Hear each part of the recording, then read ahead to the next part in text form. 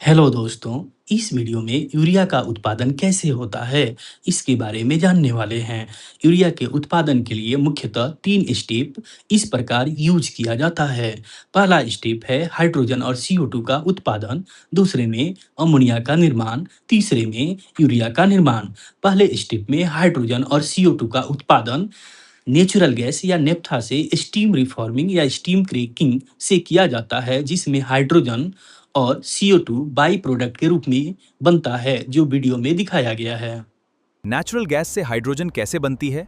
इसके लिए steam methane reforming का उपयोग होता है, जहां मीथेन और भाप मिलकर हाइड्रोजन को अलग करते हैं और हमें मिलती है शुद्ध डाइहाइड्रोजन। दोस्तों, स्टेप 2 में अमोनिया का उत्पादन किया जाता है, जो हेबर प्रोसेस से होता है। इसके लिए नाइट्रोजन और हाइड्रोजन की आवश्यकता होती है। नाइट्रोजन को प्रभाजी आसवन यानी फ्रैक्शनल डिस्टिलेशन से वायुमंडल से अलग कर लिया जाता है। ये संभव इसलिए हो जाता है क्योंकि नाइट्रोजन का क्वथनांक सबसे कम होता है, जो डिस्टिल्ड आउट आसानी से हो जाता है।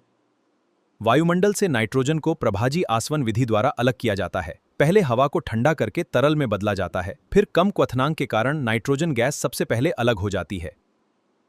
स्टेप 1 से बनाए गए हाइड्रोजन और प्रभाजी आसवन से बनाए गए नाइट्रोजन का यूज कर अमोनिया का उत्पादन हैबर प्रोसेस से कर लिया जाता है, जो इस वीडियो में दिखाया गया है।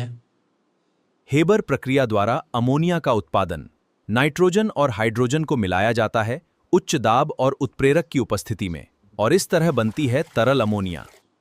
दोस्तों, तीसरे स्टेप में अमोनिया यूरिया का उत्पादन अमोनिया और कार्बन डाइऑक्साइड का यूज कर अमोनियम कार्बामेट बनाकर डिहाइड्रेशन कर लिया जाता है, जिससे यूरिया बन जाता है, जो इस वीडियो में दिखाया गया है। अमोनिया और कार्बन डाइऑक्साइड मिलकर रिएक्शन करते हैं, इससे अमोनियम कार्बामेट बनता है। अब इसका डिहाइड्रेशन होता है और हमें यूरिया मिल जाता है। दोस्तों, आपने देखा कि अमोनियम कार्बामेट का डिहाइड्रेशन कर यूरिया बनाया गया है। इस यूरिया का मशीन के द्वारा छोटा छोटा साइज करके पैकिंग कर लिया जाता है और मार्केट में सप्लाई कर दिया जाता है। यूरिया बनाने का हैबर बोस प्रोसेस जो यूज किया जा रहा था अब तक, उसका फ्लो चार्ट कुछ इस प्रकार दिया गया है। दोस्तों, अब बात करेंगे यूरिया का 2 महत्वपूर्ण उपयोग। पहला उर्वरक के रूप में, दूसरा रसायन उद्योग में किया जाता है। यूरिया का खेतों में उपयोग होने के बाद क्या होता है? यूरिया जब खेतों में दिया जाता है तो यूरेज नामक एंजाइम अमोनियम में कन्वर्ट करता है, जो अमोनियम नाइट्रोसोनोमास के द्वारा नाइट्राइट में कन्वर्ट होता है। फिर नाइट्रोबैक्टर इसे नाइट्रेट में कन्वर्ट करते हैं, जो जड़ों के द्वारा पौधों ले लेते हैं, जो वीडियो में दिखाया गया है। किसान खेतों में यूरिया डालते हैं, यूरियज एंजाइम इसे अमोनियम में बदलता है, नाइट्रोसोमोनास इसे नाइट्राइट बनाता है, फिर नाइट्रोबैक्टर इसे नाइट्रेट में बदलते हैं। इसी नाइट्रेट को पौधे जड़ों द्वारा सोखते हैं।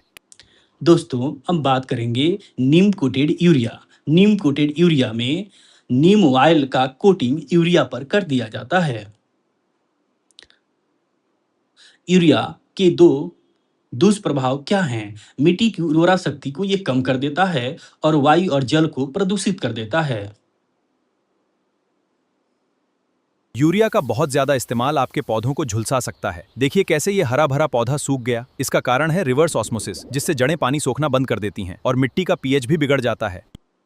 दोस्तों, आपने देखा कि यूरिया के अधिक यूज से पौधे झुलस जाते हैं, क्योंकि रिवर्स ऑस्मोसिस हो जाता है, क्योंकि पीएच वैल्यू बहुत कम हो जाती है।